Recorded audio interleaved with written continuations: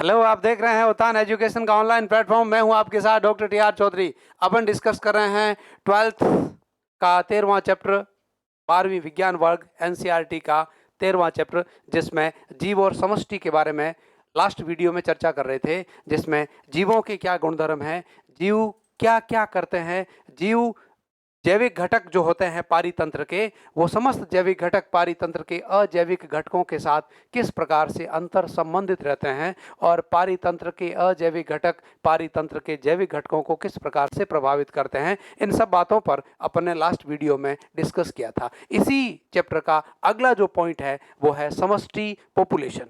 Population क्या है, समष्टि क्या है, सिंपल भाषा में या सामान्य बोलचाल की भाषा में मैं बोलूं तो उसको जनसंख्या भी कह सकता हूं। अब जनसंख्या कहना अलग परिभाषा है, और विज्ञान में इस जनसंख्या को केवल जनसंख्या न मानकर समष्टि बोलते हैं। इंग्लिश में इसका नाम पॉपुलेशन ही है। मैं सबसे पहले समष्टि की परिभाषा की बात करूंगा। समष्टि क्या होती है, तो बहुत ही सिंपल चीज है, बहुत ही साधारण सी बात है। समष्टि से संबंधित जो बातें भी आपके सामने करूंगा वो आप विज्ञान वर्ग के विद्यार्थियों के लिए अत्यंत महत्वपूर्ण साबित होने वाली है।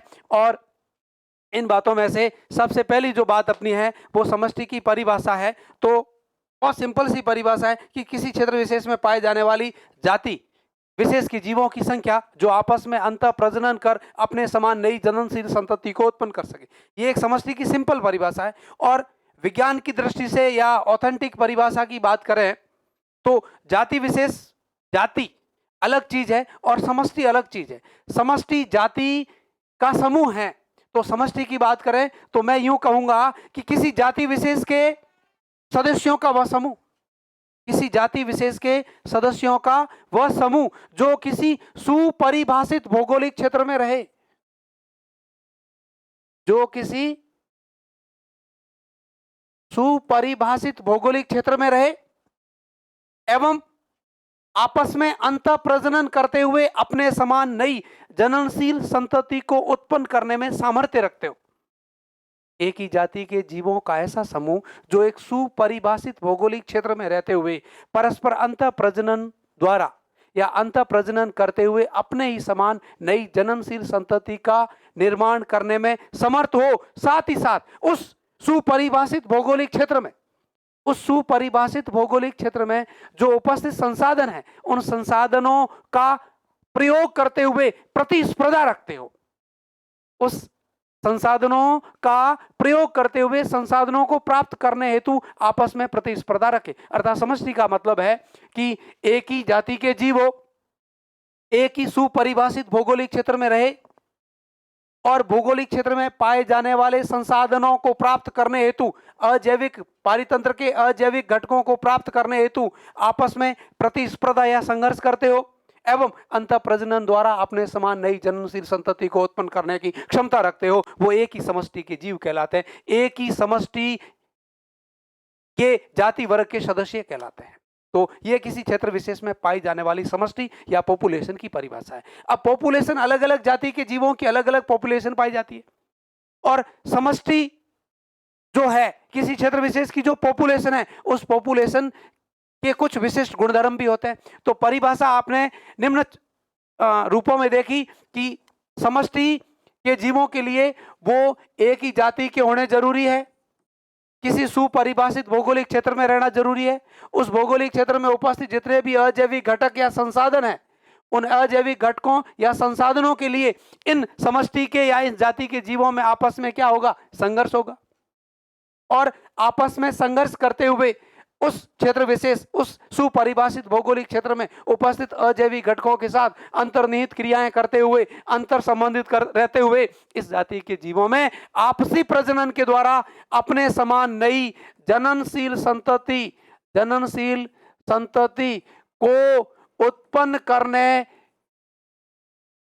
की क्षमता रखते हो। जननशील संतति को उत्पन्न करने का सामर्थ्य या क्षमता रखते हो। वे एक ही जाति के जीव मिलकर के उस क्षेत्र विशेष की एक विशिष्ट पॉपुलेशन या समष्टि का निर्माण करते हैं। तो ये समष्टि की परिभाषा है। अब देखिए, समष्टि में होने वाले, समष्टि में पाए जाने वाले जो जीव है, जाति विशेष के जो सदस्य है, वो पारितंत्र के अजैविक घटकों के साथ अंतर संबंधित होते हुए एक विशेष प्रकार के पारितंत्र का निर्माण करते हैं, और उस पारितंत्र का अध्ययन जिस शाखा में करते हैं उसे समष्टि पारिस्थितिकी कहते हैं। अगली परिभाषा है समष्टि पारिस्थितिकी।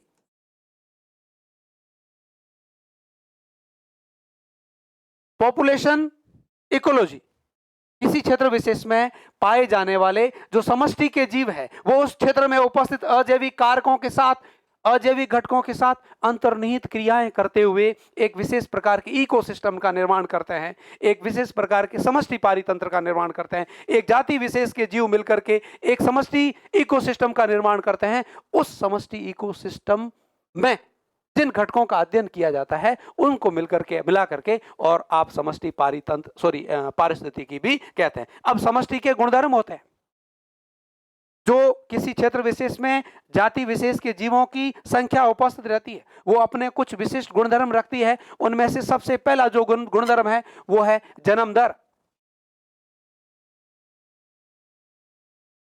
इंग्लिश में इसको कहते हैं बर्थ रेट। साथ ही साथ इसका एक और नाम है वो है नेटलिटी रेट। इसको BR भी कहते हैं, बर्थ रेट। परिभाषा बहुत सिंपल सी परिभाषा है। किसी क्षेत्र में उपस्थित समष्टि के द्वारा एक निश्चित समय अवधि में उत्पन्न किए गए अपने समान नए जननशील जीवों की जो संख्या है वो निश्चित समय में उत्पन्न की गई अपने समान नए जननशील जीवों की संख्या उस समष्टि का जन्म दर कहलाएगा। जैसे जैसे कि उस क्षेत्र विशेष में पाए जाने वाले जो समष्टि के भौगोलिक घटक है उन भौगोलिक घटकों के साथ यदि समष्टि के जीव अपने आप को अधिक अनुकूलित रहेंगे या अधिक अनुकूलित कर लेंगे तो उनकी जन्म दर बढ़ जाएगी, अर्थात उनके द्वारा नए उत्पन्न किए जाने वाले अपने समान नए जननशील उत्पन्न किए जाने वाली संतानों की संख्या दिनों दिन बढ़ जाएगी। अर्थात एक निश्चित समय अवधि में किसी समष्टि में जन्म लेने वाली नई संततियों, एक निश्चित समय अवधि में, परिभाषा बोल रहा हूं, एक निश्चित समय अवधि में किसी समष्टि में नई जन्म लेने वाली संततियों की संख्या को उस समष्टि की जन्म दर या नेटेलिटी रेट कहलाती है। जैसे जैसे समष्टि के जीवों की उस पर्यावरण या वातावरण या भौगोलिक क्षेत्र में अनुकूलताएं बढ़ती है वैसे वैसे समष्टि की जन्म दर भी या नेटेलिटी रेट भी बढ़ती है। अगली परिभाषा है मृत्यु दर, मोर्टेलिटी रेट या MR बोलते हैं इसको। आप जानते हैं प्रत्येक सजीव की प्राकृतिक मृत्यु होती है, अर्थात एक निश्चित कालावधि, एक निश्चित समयावधि या अपनी संपूर्ण जीवन अवधि को पूरा करने के बाद प्रत्येक सजीव मृत्यु को प्राप्त होता है। और इसी में समष्टि की मृत्यु की बात करें या समष्टि की मृत्यु दर की बात करें तो आप कहेंगे निश्चित समय अवधि में किसी समष्टि में मृत्यु को प्राप्त होने वाले, निश्चित समय अवधि में किसी समष्टि में मृत्यु को प्राप्त होने वाले जीवों की संख्या, निश्चित समय अवधि में किसी समष्टि में मृत्यु को प्राप्त होने वाले जीवों की संख्या उस समष्टि की मृत्यु दर कहलाती है।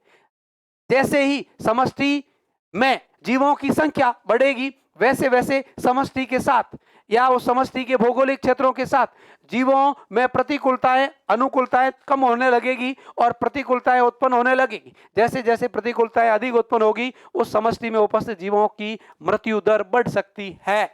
और साथ ही साथ किसी क्षेत्र विशेष में उपस्थित समष्टि की मृत्यु दर और भी कई सारे कारकों पर निर्भर करती है, वो विस्तार से अपन आगे पढ़ेंगे। अगला समष्टि का जो गुणधर्म है वो है सेक्स रेशियो, लिंगानुपात।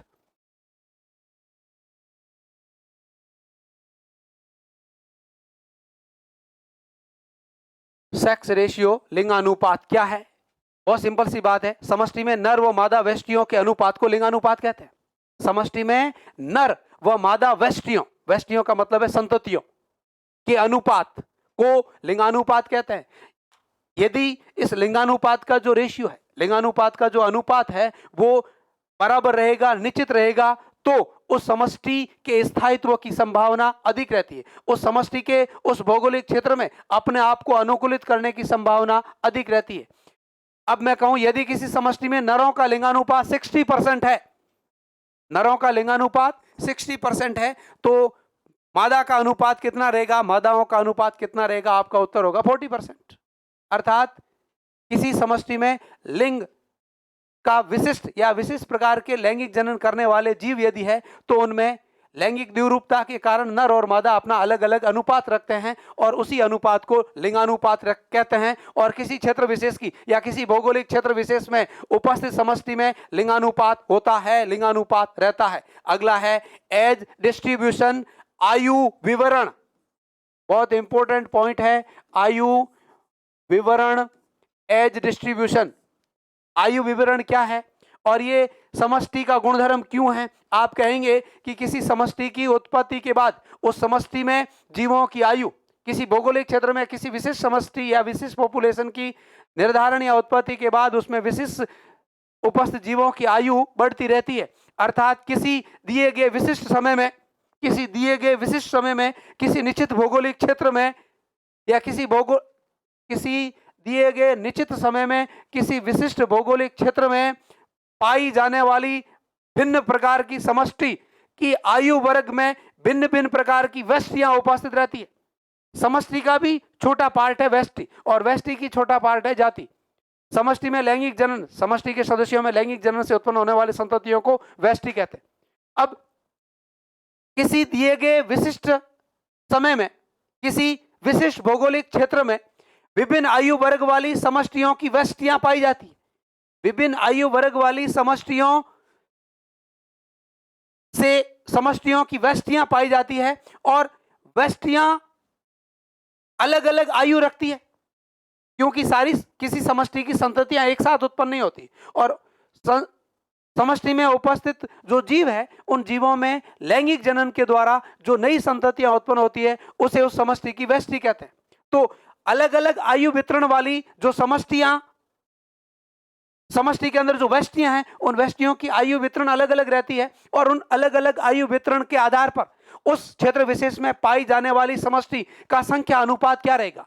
अर्थात मैं लैंगिक जनन करने वाले किसी क्षेत्र में उपस्थित लैंगिक जनन करने वाले जीवों की जो समष्टि है उस समष्टि में 3 प्रकार की व्यष्टि मान सकता हूं। एक तो जनन करने से पूर्व की कालावधि या आयु रखने वाली समष्टि, एक लैंगिक जनन की आयु रखने वाली समष्टि और एक लैंगिक जनन की आयु समाप्त होने के बाद की समष्टि। जैसे मैं कहूं किसी क्षेत्र विशेष में मानव की समष्टि उपस्थित है और उस मानव की समष्टि में मैं एक देश की बात कर लूं, पूरे भूगर्भ या भूगर्भीय क्षेत्र या पूरे भौगोलिक क्षेत्र है, उस पूरी पृथ्वी पर भारत एक स्वतंत्र जीता जागता राष्ट्र या एक भौगोलिक क्षेत्र है। उस भौगोलिक क्षेत्र में उपस्थित एक मानव समष्टि जो है, मानव पॉपुलेशन जो है, उस मानव पॉपुलेशन की आयु वितरण की मैं बात करूं तो मैं कहूंगा कि 3 प्रकार के मानव जाति की जो समष्टि है उसमें 3 प्रकार से आयु का वितरण अपन कर सकते हैं। एक तो ऐसी समष्टि जो अभी जननी काल में नहीं आई है, अर्थात इनका उम्र है वो 18 साल से कम है। दूसरी ऐसी आयु की समष्टि या ऐसी आयु वर्ग वाली समष्टि जिनकी आयु आप यूं कहते हैं कि 18 साल से लेकर के और उनकी जनन काल यानी 60 वर्ष के बीच की। और कुछ ऐसे जीव भी है या ऐसे मनुष्यों की समष्टि भी है जो अपनी जननी क्षमता खो चुके हैं, अर्थात वो जनन द्वारा नई संततियों की उत्पत्ति नहीं कर सकते, वो है 60 साल से एबो वाली। तो इन 3 प्रकार एक ही समष्टि, एक ही भौगोलिक क्षेत्र में एक ही समष्टि के जीव 3 प्रकार की आयु वितरण रखते हैं और इनका आयु वितरण अलग अलग होने से आप कह सकते हैं कि अलग अलग प्रकार की समष्टियों का घनत्व देखने को मिलता है। और इन अलग अलग आयु वितरण के द्वारा आप आयु पिरामिड के आधार पर किसी क्षेत्र की समष्टि घटती बढ़ती या स्थिर समष्टि के बारे में जानकारी प्राप्त कर सकते हैं। जैसे मैं आपको समय और किसी क्षेत्र विशेष में उपस्थित किसी विशिष्ट समष्टि के जीवों की संख्या के आधार पर 3 प्रकार का विभेदन आपको बता सकता हूं। और वो विभेदन कैसा है कि एक ऐसा क्षेत्र है जहां पर जनन योग्य जीवों की संख्या बहुत अधिक है, जनन से पूर्व आयु वाले जीवों की संख्या बहुत ही अधिक है। ये जनन से पूर्व आयु वाले जीव है, उसके बाद जननशील जीवों की आयु है संख्या है वो थोड़ी कम है और उसके बाद जनन समाप्त करने वाले जीवों की संख्या है वो बहुत ही कम है। तो इस प्रकार की जो समष्टि है इसमें मैं कहूंगा कि ये जनन पूर्व है, अर्थात ये अभी युवा अवस्था में आने ही बाकी है, इनकी अभी युवा अवस्था आई नहीं है। ऐसे जीव बहुत अधिक मात्रा में है या ऐसे समष्टि में इस प्रकार के जीव अधिक मात्रा में उपस्थित है।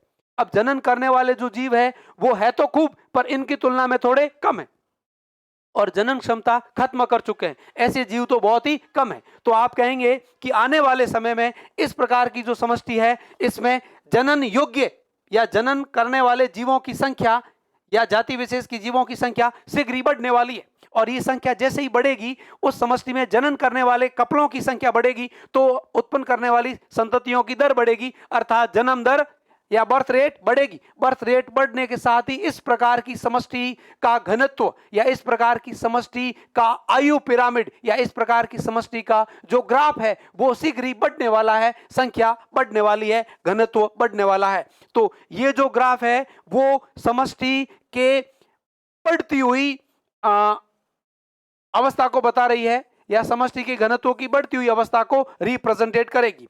अब दूसरी अवस्था ऐसी है जिसमें आप यूं कहेंगे कि जननशील अवस्था से पूर्व के जीवों की संख्या ठीक ठीक है और जननशील जीवों की संख्या लगभग पूर्व के जीवों के समान ही है, किंतु जनन खत्म करने वाले या जनन अवस्था खत्म होने वाले जीवों की संख्या कम है। तो उसमें कहेंगे कि जननशील और जनन अवस्था में आने से पूर्व वाले जीवों की संख्या लगभग लगभग क्या है, लगभग लगभग क्या है, बराबर है। जननशील और जनन अवस्था में आने से पूर्व वाले जीवों की संख्या बराबर है। तो कुछ कालांतर के बाद, कुछ समय के बाद ये जो जननशील अवस्था से पूर्व में जो जीव है वो जननशील अवस्था में आ जाएंगे, अर्थात ये आगे बढ़ जाएंगे, जननशील वाले इसमें चले जाएंगे तो इस वाले इसमें आ जाएंगे, अर्थात इस प्रकार की समष्टि का जो ग्राफ है या घनत्व है वो क्या रहेगा, लगभग लगभग स्थिर रहेगा। कुछ देश, कुछ कंट्रीज अभी इस अवस्था में भी चल रही है। इंडिया इस अवस्था में चल रही, इंडिया में जो यूथ है 18 साल से कम उम्र की जो जनसंख्या है वो बहुत अधिक है। और 2015 की बात करें तो इस अवस्था में इंडिया पहले 2015 में थी, यानी आज से 7 साल पहले इंडिया इस अवस्था में थी और इस अवस्था में खतरनाक रूप से जनसंख्या बढ़ रही थी और आज की अवस्था धीरे धीरे इस अवस्था की ओर आ रही है। चीन की बात करें तो वो अब इस अवस्था में चल रहा है। अब तीसरी अवस्था ऐसी बनती है कि जनन से पूर्व वाले जो जीव है उनकी संख्या तो बहुत ही कम है, अर्थात यंग कम अवस्था में है, जननशील अवस्था में काफी लोग हैं और जनन अवस्था खत्म करने वाले भी बहुत सारे लोग हैं। तो क्या होगा कि ये इसमें कन्वर्ट हो जाएगा और ये किस में कन्वर्ट होने वाले, इसमें होने वाले हैं। तो जननशील जीवों की संख्या आने वाले समय में क्या है, घटने वाली है, अर्थात इस अवस्था में जनसंख्या का जो घनत्व है वो आगामी समय में क्या हो सकता है, घटेगा, घटती है। तो अर्थात आप यूं कह सकते हैं कि किसी क्षेत्र विशेष में उपस्थित जो जीव है, किसी क्षेत्र विशेष में उपस्थित जो जीवों की समष्टि है, उस समष्टि में आयु वर्ग के आधार पर, आयु वर्ग के आधार पर जीवों के वितरण की व्यवस्था का अध्ययन कर अपन ये प्राप्त कर सकते, अपन ये ज्ञात कर सकते हैं कि आने वाले समय में इस क्षेत्र की या इस देश की समष्टि का घनत्व बढ़ेगा या घटेगा।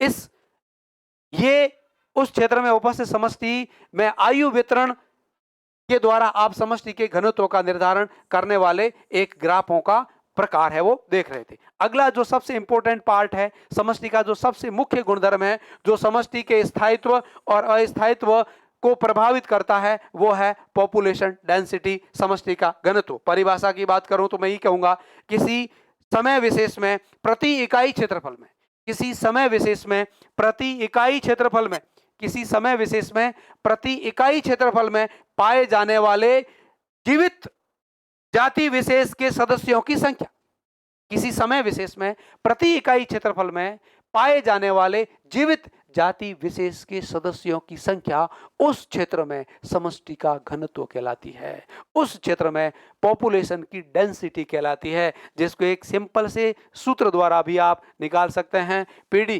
Population density is equal to होगा, बहुत सिंपल सा है, एक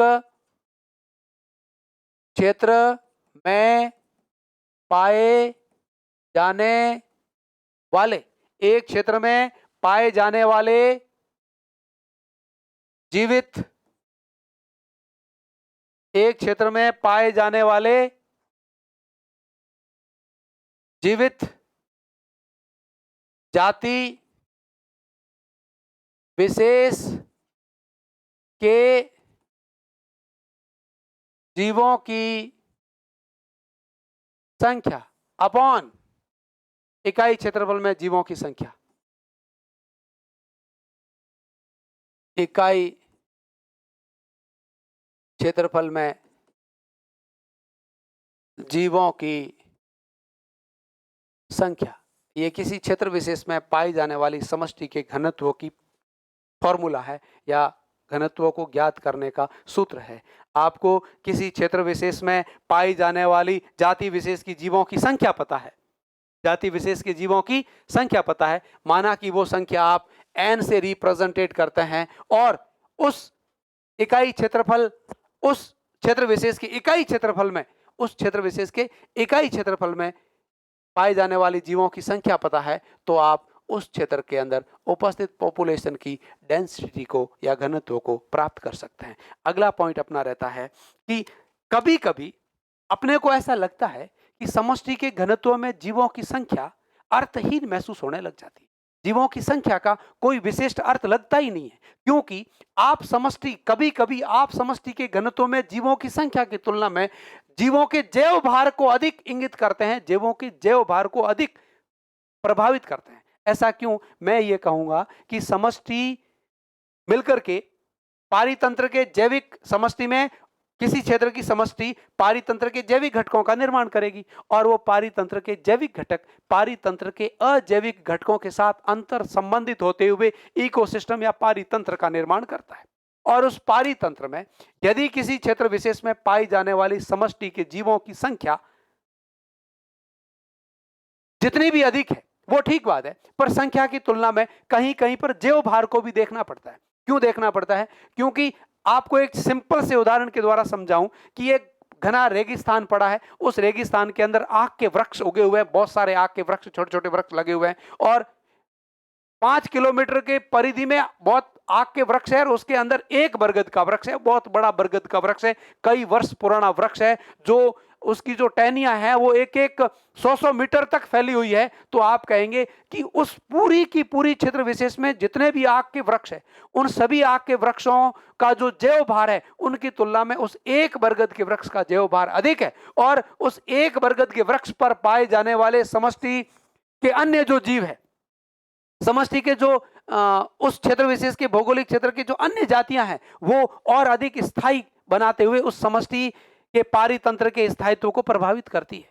इसीलिए अपन ये कह सकते हैं कि कभी कभी समष्टि घनत्व में जीवों की संख्या अर्थहीन महसूस होने लगती है, क्योंकि एक क्षेत्र विशेष में 200 आक के पादप लगे हुए और वहां एक बरगद का पेड़ है, तो वो समष्टि या संख्यात्मक दृष्टि से बरगद का घनत्व अत्यंत कम है।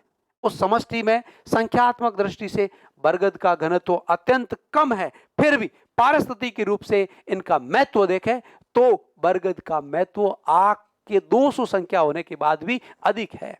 अर्थात समष्टि के घनत्व में आप केवल और केवल संख्या को महत्व नहीं दे करके और जैव भार को भी अपने मन मस्तिष्क में रखें। तो ये थी समष्टि की परिभाषा और समष्टि के गुणधर्म। अब है समष्टि के घनत्व को प्रभावित करने वाले कारक, the factor affecting population density. किसी क्षेत्र विशेष में पाए जाने वाले समष्टि के जो जीव है, एक विशिष्ट जाति के जो जीव है, उनका घनत्व किन बातों से प्रभावित रहेगा, वो जीव उस क्षेत्र में समष्टि के घनत्व को कैसे प्रभावित करेंगे। तो समष्टि के घनत्व को प्रभावित करने वाले कारकों में से मैंने एक सिंपल से ग्राफ के रूप में कुछ बातें समझाने का प्रयास किया है और एक मॉडल के रूप में कुछ बातें आपके सामने प्रस्तुत करने का प्रयास करूंगा कि समष्टि, किसी क्षेत्र विशेष में उपस्थित समष्टि के घनत्व को प्रभावित करने वाले जो कारक है, मुख्यतः 4 कारक होते हैं।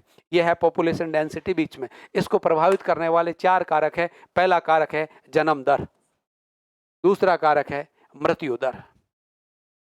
आप जानते हैं कि किसी समष्टि में, किसी क्षेत्र विशेष के या भौगोलिक क्षेत्र में उपस्थित विशिष्ट जाति के जीवों, विशिष्ट जाति समूह के जो जीव है वो मिलकर के समष्टि का निर्माण कर रहे होते हैं और उस समष्टि में उपस्थित जीवों में जनन के द्वारा नई उत्पन्न होने वाली, एक निश्चित समय अवधि में नई उत्पन्न होने वाली संततियों की जो संख्या है वो समष्टि का जन्म दर कहलाएगा। और वो जन्म दर बढ़ने के साथ साथ नई जन्म उत्पन्न होने वाले जीवों की संख्या बढ़ने के साथ साथ पॉपुलेशन डेंसिटी है वो सदैव बढ़ेगी। अर्थात आप कह रहे हैं जन्म दर, birth rate, natality rate increase the density of population, अर्थात समष्टि के घनत्व को बढ़ाती है। अर्थात मैंने यहाँ लिखा है कि जनसंख्या का जो नया जन्म दर है वो समष्टि के घनत्व को बढ़ाता है, प्लस करता है। दूसरा पॉइंट है समष्टि के घनत्व को प्रभावित करने वाला, वो है मृत्यु दर, मोर्टेलिटी रेट। किसी क्षेत्र विशेष में पाई जाने वाली समष्टि के जीवों का निश्चित समय अवधि में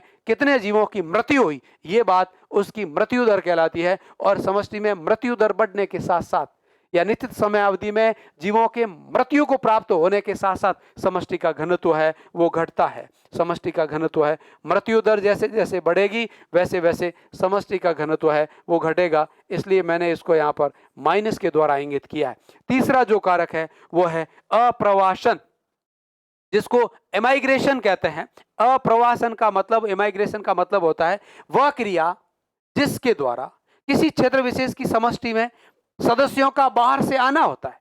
वह क्रिया जिसके द्वारा या जिसमें किसी क्षेत्र विशेष की समष्टि में बाहर से सदस्य, उसी जाति के और सदस्य वहां आते हैं, वहां आना अप्रवासन या इमाइग्रेशन कहलाता है। बहुत इंपॉर्टेंट बात है। और आप जानते हैं किसी क्षेत्र विशेष में उपस्थित समष्टि में यदि सदस्य बाहर से आके इंक्लूड हो रहे हैं तो वो क्या करेंगे, पॉपुलेशन के घनत्व को बढ़ाएंगे, समष्टि के घनत्व को बढ़ाएंगे। और चौथा जो काम है, चौथा जो कार्य जो होता है या समष्टि के घनत्व को प्रभावित करने वाली जो चीज है वो है इमाइग्रेशन।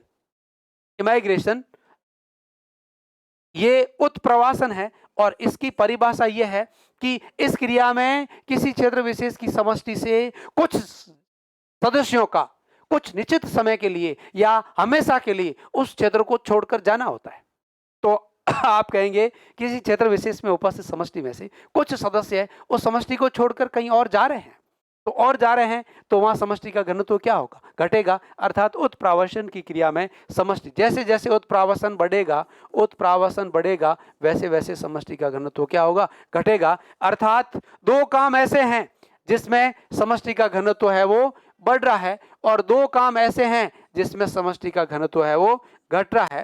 तो इन चारों फैक्टर के द्वारा किसी क्षेत्र विशेष में उपस्थित एक विशेष प्रकार की समष्टि को प्रभावित किया जाता है। अब ये समष्टि को प्रभावित कर रहे हैं तो माना कि मैं यहां पर कुछ कल्पना करता हूं कि माना कि समय t पर t = 0 था, यानी अपन किसी क्षेत्र विशेष की समष्टि का आंकलन करने का प्रयास कर रहे हैं, तब मैं कहूंगा माना कि समय t = 0 पर, माना कि समय t = 0 पर किसी क्षेत्र की समष्टि का घनत्व था वो n था। अर्थात उसमें जो पॉपुलेशन की जो टोटल संख्या थी वो n थी।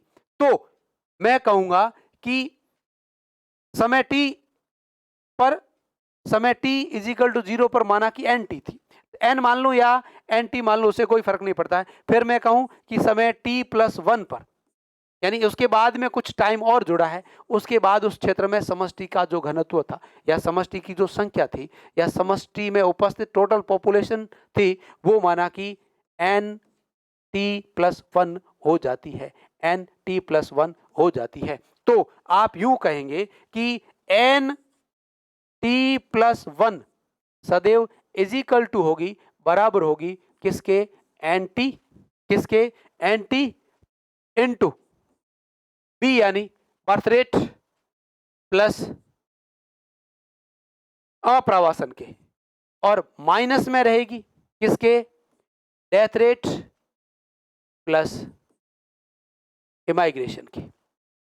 ये पूरा का पूरा समीकरण मिलकर के और किसी क्षेत्र विशेष में उपस्थित समष्टि के घनत्व को प्रभावित करता है। जहां पर मैं यूं कहूंगा nt t समय पर समष्टि का घनत्व था या एक विशिष्ट समय t पर समष्टि का घनत्व है n इंटू t+1, t+1 समय पर समष्टि का घनत्व है, b बर्थ रेट या जन्म दर है, i इमाइग्रेशन या अप्रवासन है, d डेथ रेट और e इमिग्रेशन है। ये चारों फैक्टर मिलकर के किसी क्षेत्र विशेष में उपस्थित जीवों की संख्या या जाति विशिष्ट की समष्टि के घनत्व को प्रभावित करते हैं और इस सूत्र के द्वारा आप किसी क्षेत्र विशेष की समष्टि के घनत्व को निकाल भी सकते हैं। अब अगली बात ये आती है कि किसी क्षेत्र विशेष में जो समष्टि की वृद्धि प्रतिरूप है, आप कहेंगे कि किसी क्षेत्र विशेष में जो समष्टि है उस समष्टि की बर्थ रेट और इमाइग्रेशन पावर जो है वो अधिक है, किसकी तुलना में? डेथ रेट प्लस इमिग्रेशन की तुलना में ये अधिक है और ये कम है, तो आप कहेंगे उस क्षेत्र की समष्टि का जो पॉपुलेशन डेंसिटी है वो क्या होगा? बढ़ेगी। और यदि ये दोनों कम है, किसकी तुलना में? इन दोनों की तुलना में। डेथ रेट और इमिग्रेशन का पावर जो है वो बर्थ रेट और इमाइग्रेशन के पावर से अधिक है, तो आप कहेंगे कि समष्टि का जो घनत्व है वो निश्चित समय के बाद क्या हो जाएगा? पॉपुलेशन डेंसिटी है वो निश्चित समय के बाद क्या हो जाएगी? घट जाएगी। अर्थात किसी क्षेत्र विशेष पर समष्टि का जो घनत्व है उसको एक सूत्र के द्वारा अपन निरूपित कर सकते हैं, निकाल सकते हैं। साथ ही साथ अपन उस समष्टि में वृद्धि प्रतिरूप को भी निकाल सकते हैं या प्राप्त कर सकते हैं। कैसे प्राप्त कर सकते हैं? मैं कहूँगा कि किसी क्षेत्र विशेष में पाई जाने वाली जो समष्टि है वो अपने भौगोलिक अनुकूलताओं के कारण अपनी संख्या को तरोतर बढ़ा रही है, तो उनकी संख्या किस रूप में बढ़ेगी, कितनी बढ़ेगी? मैं कहूं कि बर्थ रेट और इमिग्रेशन जो है वो डेथ रेट और इमिग्रेशन से अधिक है, पर वो कितना अधिक है? वो उस क्षेत्र विशेष में, उस भौगोलिक क्षेत्र में उपस्थित समष्टि के जो जीव है वो उस भौगोलिक क्षेत्र में अपने आप को कितना अनुकूलित कर पा रहे हैं, वहां जो संसाधन है वो उनके लिए कितने समय के लिए पर्याप्त है, अर्थात संसाधन सीमित है या संसाधन असीमित है। अर्थात ये सारी बातें मिलकर के इस तर्क तक या इस इश्यू तक अपने को ले जाती है कि किसी क्षेत्र विशेष के समष्टि के घनत्व में होने वाली वृद्धि जो है उनको अपन ग्राफ के रूप में निरूपित कर सकते हैं या प्रदर्शित कर सकते हैं। और ग्राफ के रूप में प्रदर्शित करें तो एक बात सामने आएगी कि ग्राफ में समष्टियां एक निश्चित समय अवधि के बाद किस रूप में बढ़ रही है, एक निश्चित समय अवधि के बाद समष्टियां एक नियंत्रित अवस्था में बढ़ रही है या अनियंत्रित रूप से बढ़ रही है, या कितने समय तक बढ़ेगी और बढ़ने को कौन कौन से कारक प्रभावित करेंगे, इन सारी बातों को सम्मिलित रूप में एक ग्राफीय निरूपण के रूप में प्रदर्शित करना ही पॉपुलेशन ग्राफ मॉडल अर्थात समष्टियों के वृद्धि प्रतिरूप कहलाते हैं। अब मैं इन सारी बातों को बोलने के बाद एक सिंपल सी परिभाषा बोलूंगा कि किसी क्षेत्र विशेष के समष्टि घनत्व में, किसी क्षेत्र विशेष के समष्टि घनत्व में होने वाली वृद्धि को ग्राफीय रूप में प्रदर्शित करना, किसी क्षेत्र विशेष में होने वाली समष्टि की वृद्धि को ग्राफीय रूप में ग्राफीय प्रतिरूप में प्रदर्शित करना, किसी क्षेत्र विशेष में होने वाली समष्टि की वृद्धि को ग्राफीय प्रतिरूप में निरूपित करना, ग्राफीय प्रतिरूप में निरूपित करना समष्टियों के वृद्धि प्रतिरूप कहलाते हैं। और किसी क्षेत्र विशेष में जितनी भी समष्टियां हो उन समष्टियों के वृद्धि प्रतिरूप मुख्यतः दो प्रकार के होते हैं। परिभाषा हो गई। परिभाषा के बाद कहूंगा मैं प्रकार। पॉपुलेशन ग्रोथ मॉडल के प्रकार दो प्रकार के होते हैं। पहला है एक्सपोनेंशियल वृद्धि, चर घातांकी वृद्धि बोलते हैं इसको, एक्सपोनेंशियल ग्रोथ, एक्सपोनेंशियल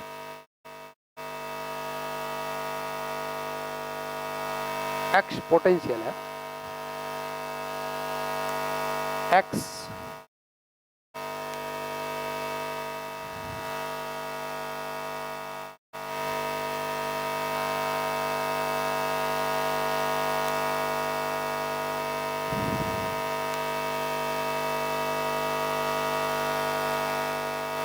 किसी क्षेत्र विशेष में समष्टि के घनत्व में होने वाले वृद्धि को, किसी क्षेत्र विशेष में समष्टि के घनत्व में होने वाली वृद्धि को ग्राफीय रूप में निरूपित करना, एक वक्र के रूप में प्रदर्शित करना समष्टियों के वृद्धि प्रतिरूप कहलाते हैं। और किसी भी क्षेत्र में कैसी भी समष्टि रहे वहां उस भौगोलिक क्षेत्र के संसाधन कितने भी सीमित हो असीमित हो, वहां आवश्यकताएं और अनुकूलताएं और प्रतिकूलताएं कैसी भी हो, उपस्थित समष्टियों के जो वृद्धि प्रतिरूप यदि रहेंगे वो मुख्यतः दो प्रकार के रहेंगे। पहला है चर घातांकी वृद्धि प्रतिरूप और दूसरा है समभारिक या लॉजिस्टिक वृद्धि प्रतिरूप। पहला चर घातांकी वृद्धि प्रतिरूप है उसको एक्सपोनेंशियल ग्रोथ पैटर्न भी कहते हैं और समभारिक को लॉजिस्टिक ग्रोथ पैटर्न भी कहते हैं। लॉजिस्टिक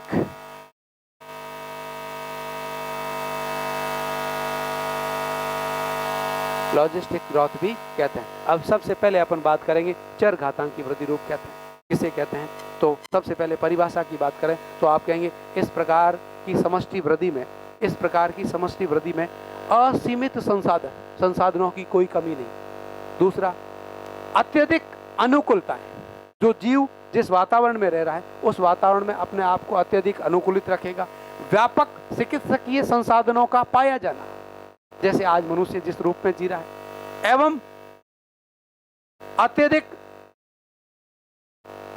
प्रचुर मात्रा में भौगोलिक संसाधनों की उपस्थिति के कारण उस क्षेत्र विशेष में पाए जाने वाले समष्टि की जीव अत्यधिक जनन दर और अत्यंत कम मृत्यु दर के कारण अपनी जनसंख्या या अपनी समष्टि के घनत्व में अत्यंत शीघ्रता से तीव्र रूप से वृद्धि प्राप्त करते हैं। तो इस प्रकार की समष्टि की संख्या या समष्टि में पॉपुलेशन डेंसिटी और समय के बीच ग्राफ खींचा जाए तो वो ग्राफ जे रूप में प्रदर्शित होता है। और इस प्रकार का जो ग्राफ है वो इस प्रकार की जो समष्टियों की वृद्धि दर है वो चर घातांकी वृद्धि दर कहलाती है। बहुत ही इंपॉर्टेंट है, समष्टियों की चर घातांकी वृद्धि दर को मैं यहाँ पर समझाने का प्रयास करूँगा। बहुत इंपॉर्टेंट वृद्धि दर है, क्या होती है, कैसे होती है। तो मैं कहूँगा कि इस प्रकार की वृद्धि के लिए सबसे पहले तो असीमित संसाधन होने चाहिए। सबसे पहली अनुकूलता क्या है? असीमित संसाधन। दूसरी अनुकूलता क्या है? दूसरी अनुकूलता है कि व्यापक मेडिकल जो संसाधन है या सुविधा है, व्यापक चिकित्सकीय सुविधाओं का पाए जाना, वातावरण के साथ समष्टि के सदस्यों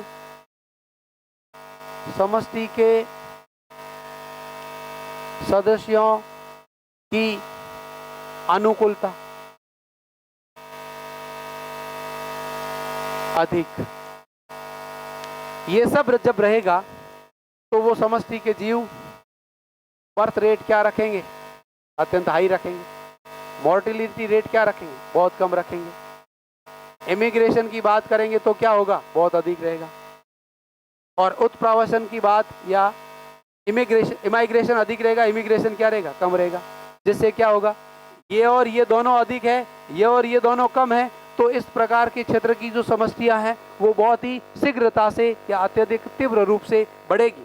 और इस प्रकार की समष्टियों का जो वृद्धि प्रतिरूप है, वृद्धि प्रतिरूप का मतलब है कि उनकी समष्टियों के घनत्व और समय के बीच यदि आप ग्राफ खींचेंगे तो ग्राफ आपको किस रूप में प्राप्त होगा?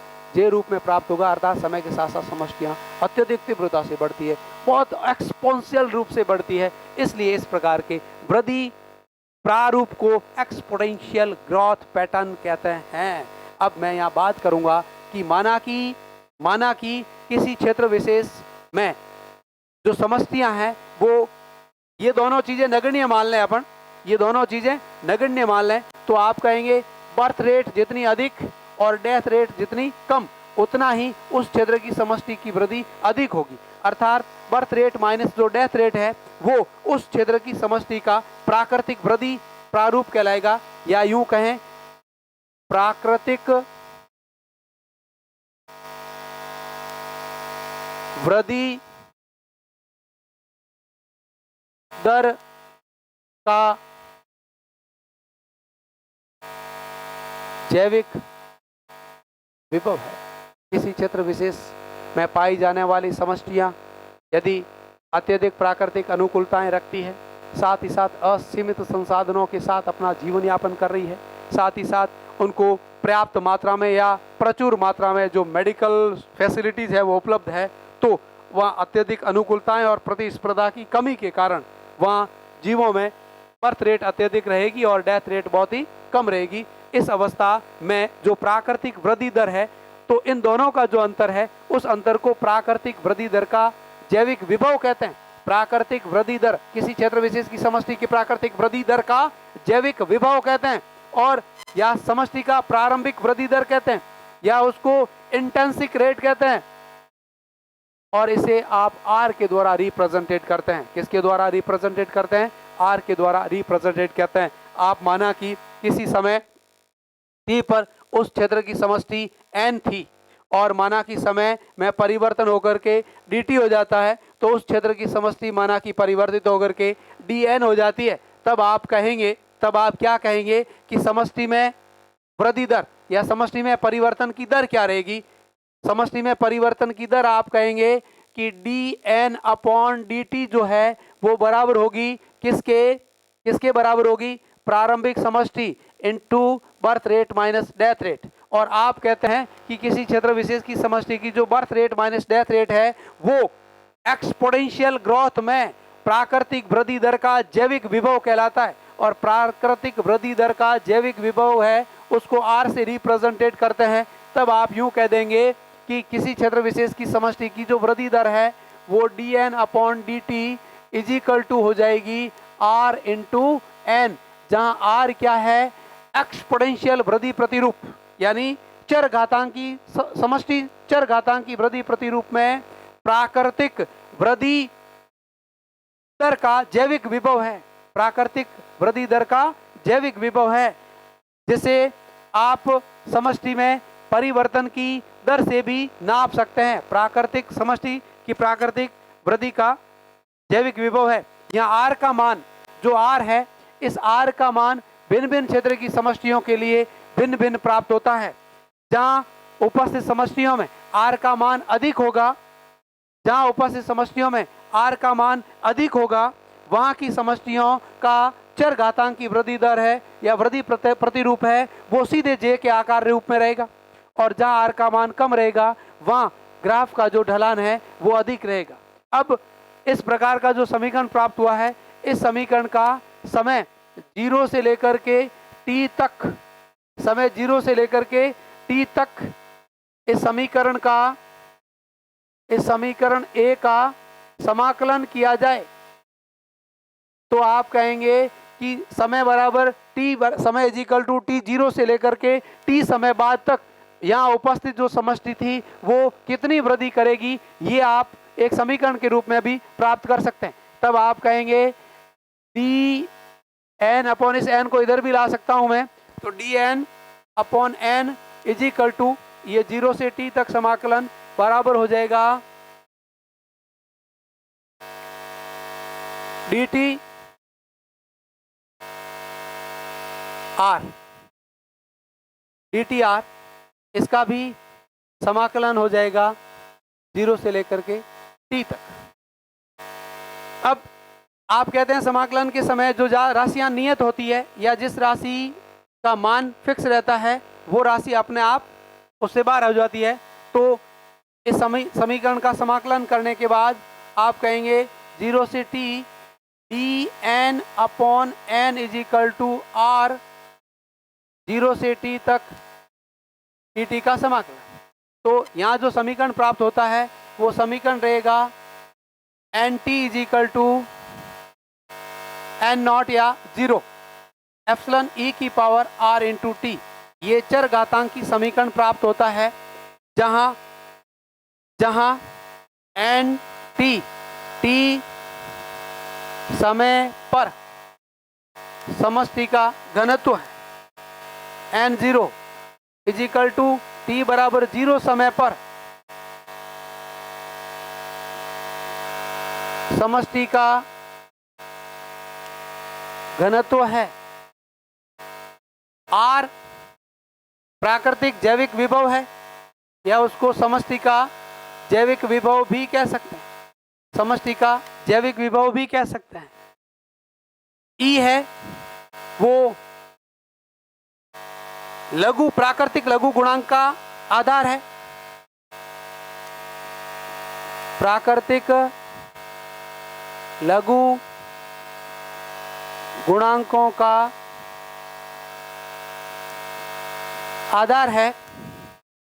इसका मान फिक्स होता है 2.71828 ई एप्सिलॉन ई का नॉट मान है वो फिक्स होता है। और टी है वो समय, यहाँ जो टी है वो क्या है, समय या टाइम है। तो इस समीकरण की सहायता से आप किसी समष्टि में पाई जाने वाली जो चर घातांक की वृद्धि दर है उसको प्राप्त कर सकते हैं। और इनमें से यदि बाकी राशियों के मान आपको प्राप्त हो, समय t प्राप्त हो और r प्राप्त हो, तो आप किसी समय t पर उस क्षेत्र में पाई जाने वाली समष्टि का घनत्व प्राप्त कर सकते हैं, प्रारंभिक घनत्व प्राप्त होने पर। और इस प्रकार की जो समष्टियां हैं, उन समष्टियों में समष्टि के घनत्व यानी पॉपुलेशन डेंसिटी और समय के बीच ग्राफ खींचा जाए। समय टाइम t है, उसको आपने x अक्ष पे लिया है, और समष्टि का जो घनत्व है, पॉपुलेशन डेंसिटी है, उसको आपने y अक्ष पे लिया है। तो इस प्रकार की समष्टि की जो वृद्धि प्रतिरूप है, इसमें समष्टि का घनत्व इस प्रकार से बढ़ेगा।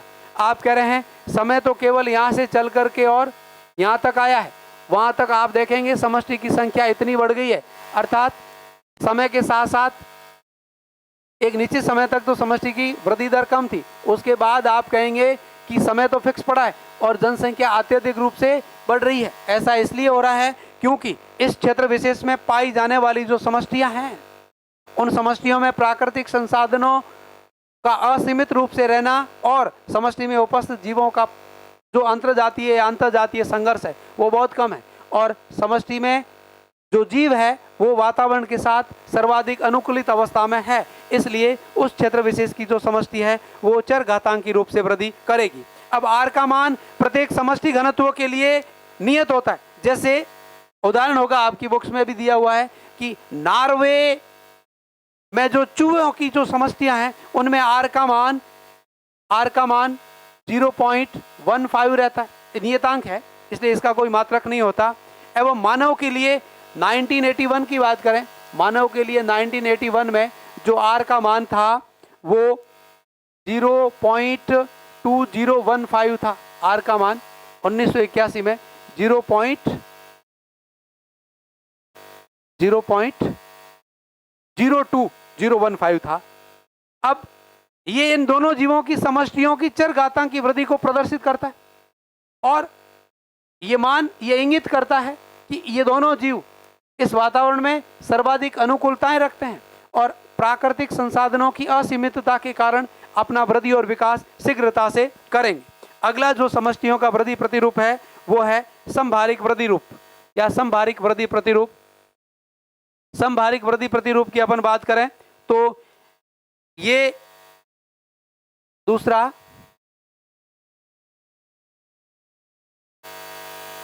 संभारिक वृद्धि प्रतिरूप, ये समष्टियों का वृद्धि प्रतिरूप है। तो मैं कहूंगा किसी क्षेत्र विशेष में पाई जाने वाली समष्टि के संसाधन यदि सीमित हो, किसी क्षेत्र विशेष में पाई जाने वाली समष्टियों के संसाधन सीमित हो और समष्टि में उपस्थित जो जाति के जीव है उनमें अधिक अंतरजातीय या अंतरजातीय संघर्ष हो, तो इस प्रकार की समष्टि की वृद्धि चर घातांक की न होकर के संभारिक तंत्र के रूप में होती है, तथा इस प्रकार की वृद्धि में समष्टि का घनत्व समय के साथ साथ बहुत ही कम स्पीड से बढ़ेगा और एक निश्चित समय तक बहुत कम स्पीड रहेगी। उसके बाद समष्टि में थोड़ी अनुकूलताएं आने के बाद और संख्या थोड़ी बढ़ने के बाद उनमें समष्टि के जो जीव है वो पारितंत्र के साथ अनुकूलताएं उत्पन्न कर अपनी वृद्धि को निश्चित सीमा तक बढ़ाएंगे और एक निश्चित सीमा पर जाने के बाद उस समष्टि के लिए उस क्षेत्र विशेष में उपस्थित पोषक तत्व सीमित हो जाएंगे और इन सीमित पोषक तंत्रों की अवस्था में या सीमित पोषक तंत्रों की स्थिति में वो जो समष्टि का जो वृद्धि है वो बिल्कुल रुक जाएगी। अर्थात जितने नए जीव उत्पन्न होंगे, अर्थात जितनी उनकी जन्म दर रहेगी उतनी ही मृत्यु दर रहेगी। इस प्रकार का जो समष्टि प्रतिरूप है वो सिग्मोइड आकार का वक्र या ग्राफ या कर्व दर्शाता है। किस प्रकार का क्या है, पहले मैं आपको वक्र या ग्राफ के द्वारा समझाता हूं। इस प्रकार का ग्राफ मिलेगा, ये एक्स एक्सिस रहेगी, ये वाई एक्सिस रहेगी। एक्स एक्सिस पर समय को लिया गया है, टाइम को, जिसको अपन टी के द्वारा रिप्रेजेंटेट कर रहे हैं।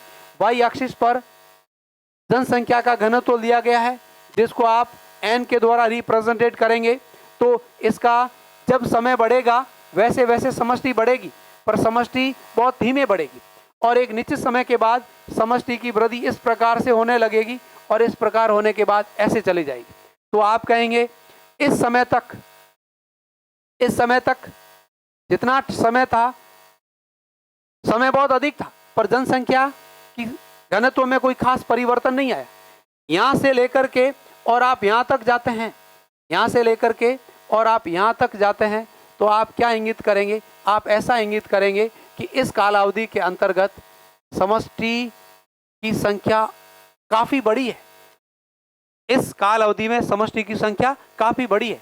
उसके बाद आप आगे चलेंगे तो आप कहेंगे कि समय भले कितना ही बढ़ा दो, पर समष्टि की संख्या है वो स्थिर प्राप्त हो रही है। यहाँ जो ग्राफ प्राप्त हो रहा है वो एस आकार का प्राप्त होता है, या एस आकार या सिग्मोइड, इसको सिग्मोइड वक्र भी कहते हैं। तो समभारिक वृद्धि, समभारिक समष्टि की वृद्धि में जो वक्र या ग्राफ होता है वो सदैव सिग्मोइड आकार का होता है। और इस सिग्मोइड कर्व में जो अवस्था है, इस प्रारंभिक अवस्था को लैग फेज कहते हैं। लैग फेज, इस प्रारंभिक अवस्था को क्या कहते हैं? लैग फेज कहते हैं। उसके बाद ये जो अवस्था दिखाई दे रही है इसको लॉग फेज कहते हैं, लॉग फेज कहते हैं। और ये जो अंतिम अवस्था आपको दिखाई दे रही है बहुत लंबी समय तक रहती है, और ये जो अवस्था है वो क्या कहलाती है? स्थिर अवस्था कहलाती है, स्थिर अवस्था कहलाती है। इस प्रकार का वृद्धि प्रतिरूप ऐसे क्षेत्र में या ऐसे भौगोलिक क्षेत्र में उपस्थित समष्टियां दर्शाती है जहां उपस्थित संसाधन सीमित रहते हैं, और इन सीमित संसाधनों की उपस्थिति के कारण ये जीव आपसी संघर्ष और सीमित संसाधनों की उपस्थिति में प्रारंभिक अवस्था में इनका वृद्धि दर बहुत कम रहता है। और प्रारंभिक अवस्था में जब वृद्धि दर अत्यंत धीमी या नगण्य होती है, उस अवस्था को या ग्राफीय निरूपण को लैग फेज कहते हैं। बहुत इंपॉर्टेंट बात करा रहा हूं मैं, बहुत इंपॉर्टेंट बात बता रहा हूं। इस अवस्था को क्या कह रहे हैं? लैग फेज कहते हैं। इस लैग फेज में जीवों की संख्या थोड़ी बहुत बढ़ती है, और बढ़ने के बाद जब उस टाइम पीरियड में जनन योग्य जीवों की संख्या बढ़ती है तो वो जीव फटाफट रूप से वृद्धि करना शुरू करते हैं, जनन करते हैं, और जनन के द्वारा अपनी जनसंख्या में उत्तरोत्तर रूप से वृद्धि करते हैं। इस उत्तरोत्तर रूप से वृद्धि में एक कम समय में अब पर्याप्त संसाधन मिल रहे हैं उनको, यहां तक तो इस पर्याप्त संसाधनों के कारण ये जीव फटाफट रूप से यहाँ वृद्धि कर लेते हैं, यानी एक्सपोनेंशियल रूप से यहाँ वृद्धि कर लेते हैं। पर यहाँ आते आते इन जीवों को जीवित रहने में जितने संसाधन थे वो पर्याप्त हो जाते हैं। अब यदि ये और संख्या बढ़ाते हैं तो संसाधनों का अभाव होने लग जाएगा। इसलिए ऐसी अवस्था में जीवों की संख्या बढ़ना बिल्कुल सा रुक जाता है या स्थिर हो जाता है। तो कम समय में जीवों की संख्या का बढ़ना लॉग फेज कहलाएगी, और लॉग फेज के बाद स्थिर अवस्था या स्टैटिक फेज आती है जिसमें जीवों की संख्या बिल्कुल भी नहीं बढ़ती है। इस अवस्था में जो समष्टि का जो कर्व है उसको एस अवस्था के रूप में या एस फेज या सिग्मोइड फेज के रूप में प्रदर्शित किया जाता है। और लॉजिस्टिक वृद्धि में समीकरण जो होता है उस समीकरण को Verhulst Pearl, Verhulst Pearl के समीकरण द्वारा स्पष्ट किया जाता है। बहुत इंपॉर्टेंट पॉइंट है। लॉजिस्टिक या समभारिक वृद्धि प्रतिरूप में समष्टि का जो ग्राफीय निरूपण है उसको वेयर होस्ट पर्ल के समीकरण द्वारा समझाया जाता है या स्पष्ट किया जाता है। इस समीकरण में माना कि समय t = जब 0 था तब समष्टि का घनत्व n था।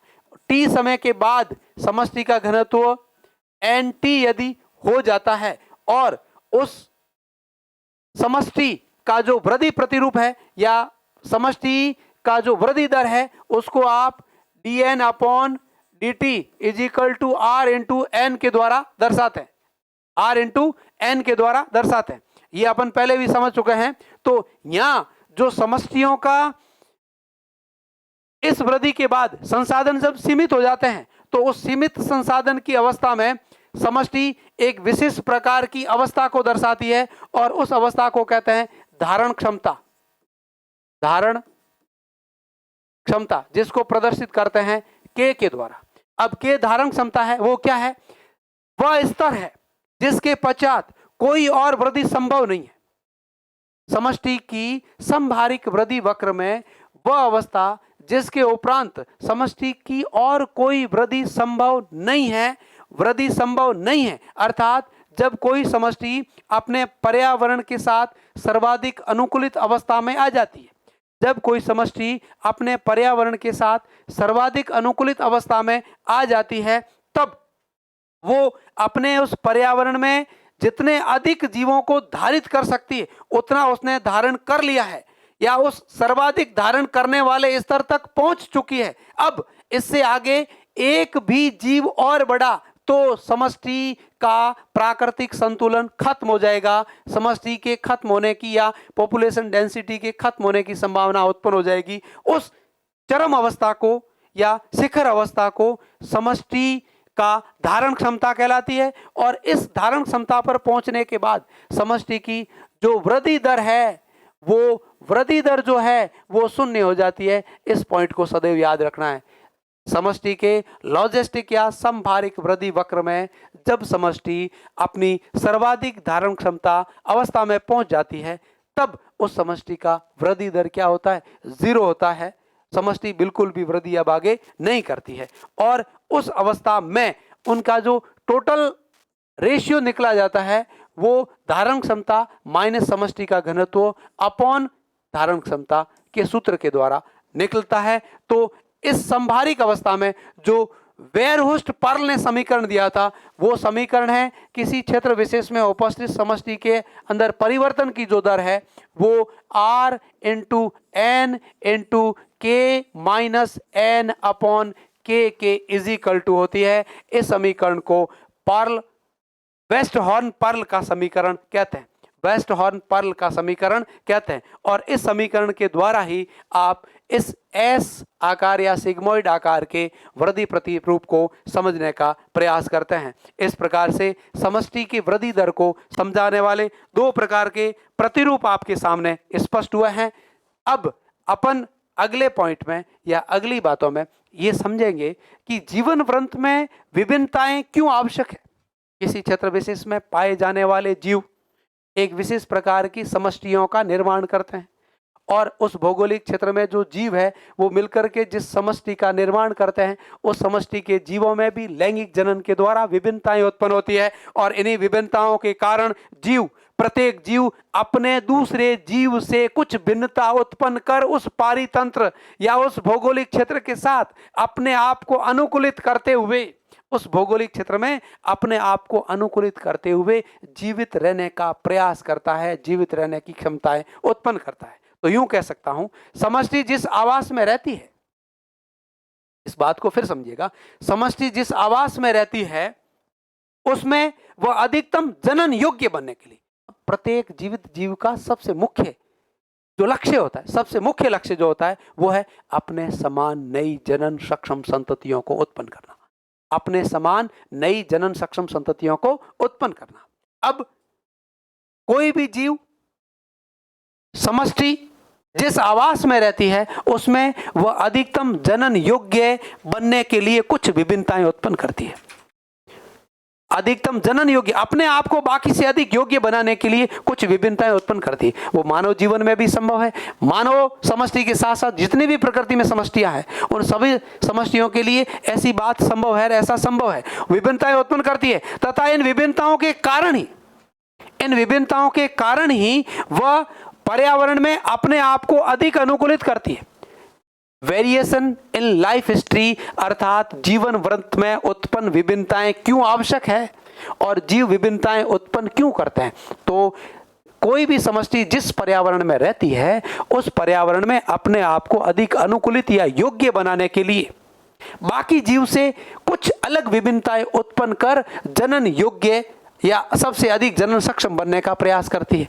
और जो समष्टि के द्वारा विभिन्नताएं उत्पन्न की जाएगी, समष्टि के द्वारा जो विभिन्नताएं उत्पन्न की जाएगी वो विभिन्नताएं ही उसे सबसे अलग और सबसे अधिक, प्रत्येक जीव में सबसे अधिक योग्य बनकर उस जैविक और अजैविक घटकों के साथ अंतर संबंधित होते हुए और उस पर्यावरण में अपने आप को अनुकूलित करने का प्रयास करेगी।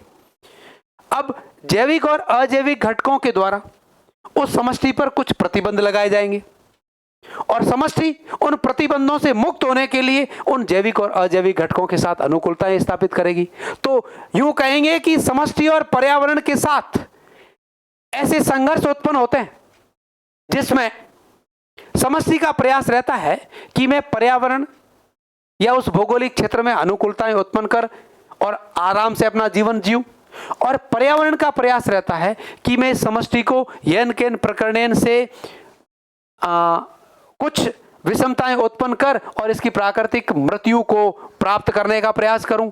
इसी संदर्भ में विभिन्नताओं से युक्त छोटे आकार के जीव अधिक संख्या में व बड़े आकार के जीव कम संख्या में संतान उत्पत्ति करते हुए अपने आप को उस वातावरण में अनुकूलित करते हुए अपना जीवन जीने का प्रयास करते हैं। अर्थात यूं कह सकते हैं कि किसी क्षेत्र विशेष में उपस्थित जो समष्टियां हैं वो पारितंत्र के जैविक और अजैविक घटकों के साथ अंतर संबंधित होते हुए अंतर्निहित क्रियाएं करती है।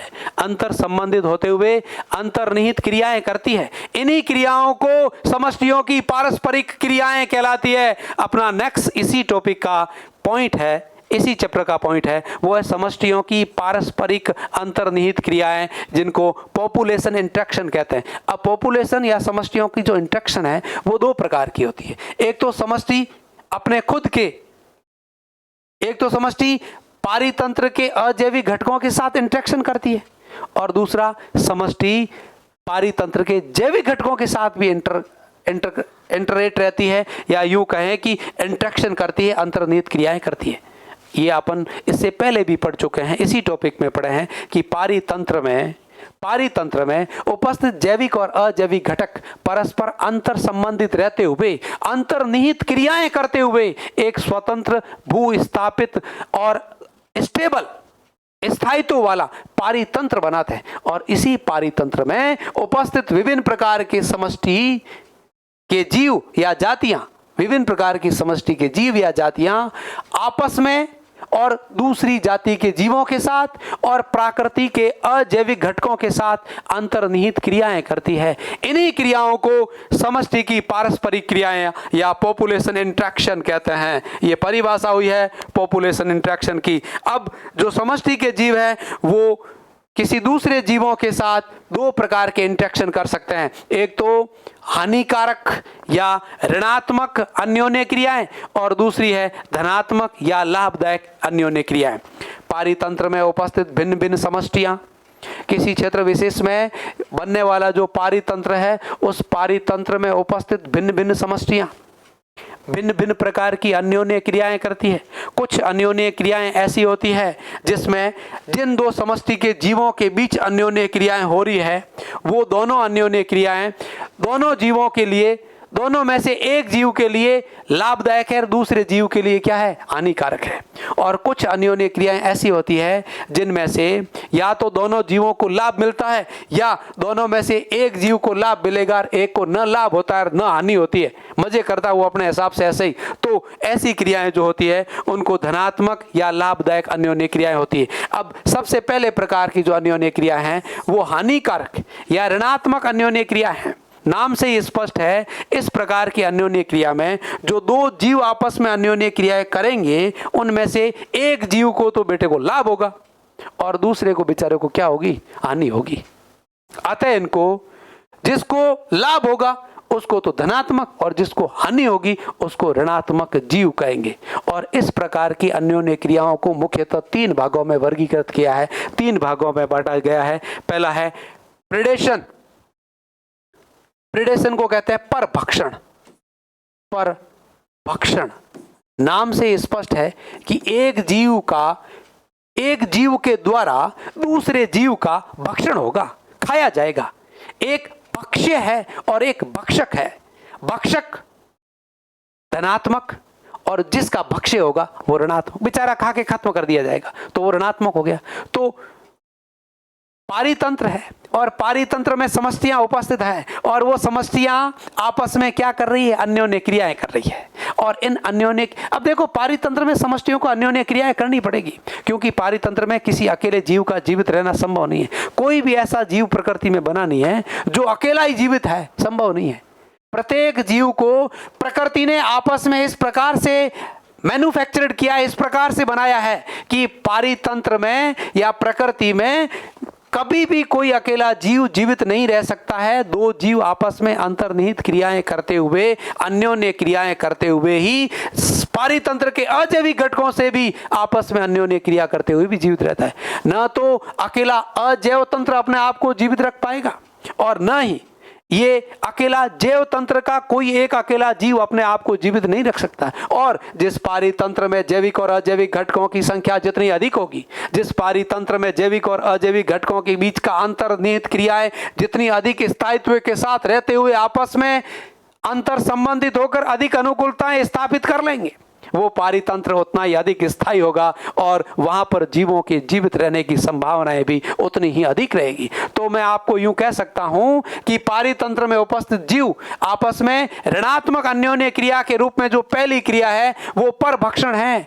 परभक्षण का मतलब एक जीव के द्वारा दूसरे जीव को खाया जाएगा। बहुत सारे ऐसे उदाहरण हैं, उनसे क्या क्या परिस्थितियां उत्पन्न होती है और वो क्या क्या कंडीशन उत्पन्न कर इस पारितंत्र के स्थायित्व को बनाए रख सकते हैं, खत्म कर सकते हैं। प्रकृति में किस प्रकार की अंतर्निहित क्रियाओं से ही पूरा पारितंत्र चल रहा है, इस बारे में अध्ययन करेंगे आगे की क्लास में। अगला है कंपटीशन, यह है प्रतिस्पर्धा। नाम से स्पष्ट है, प्रतिस्पर्धा, कंपटीशन। प्रत्येक जीव दूसरे जीव के साथ कंपटीशन में रहता है।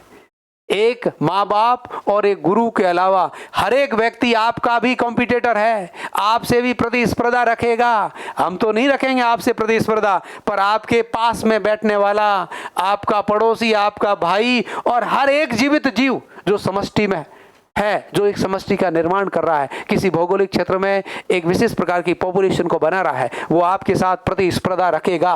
प्रतिस्पर्धा रखते हुए आपके साथ किस प्रकार से अन्योन्य क्रियाएं करेगा, इसके क्या उदाहरण रहेंगे, ये सारे नेक्स्ट वीडियो में बताऊंगा। अगला है पैरासाइटिज्म, यानी परजीविता।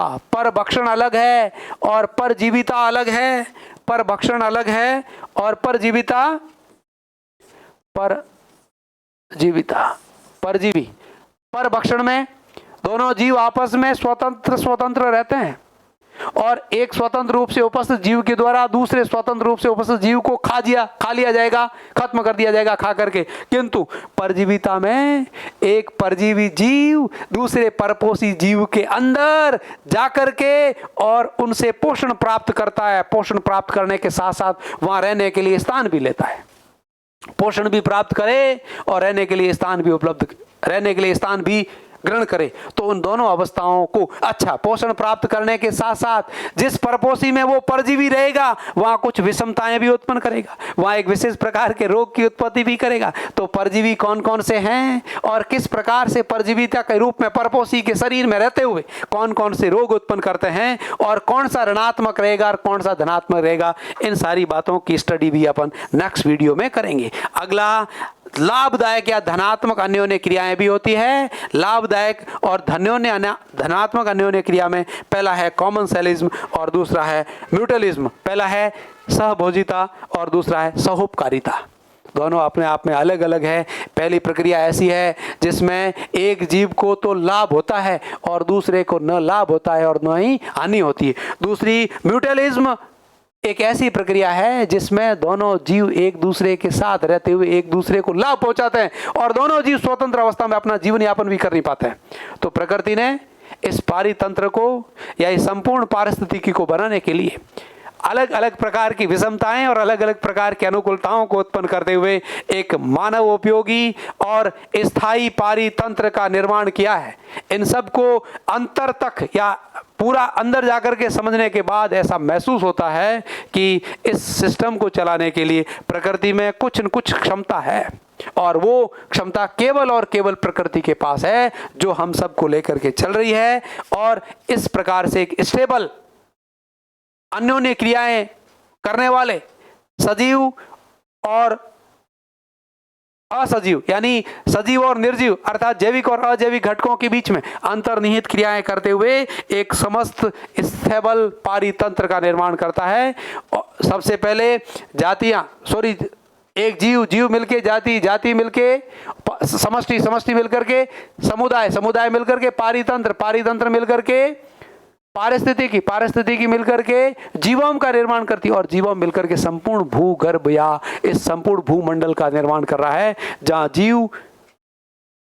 जीव अजैविक घटकों के साथ समस्त जैविक घटकों के साथ अंतर्निहित क्रियाएं करते हुए अंतर संबंधित रहते हैं। कौन सी अंतर्निहित क्रियाएं, कौन सी अन्योन्य क्रियाएं किस रूप में करते हैं, ये सारे देखेंगे बातें अगले वीडियो में। आज की वीडियो में इतना ही। आप सबका दिन शुभ रहे। Thank you so much.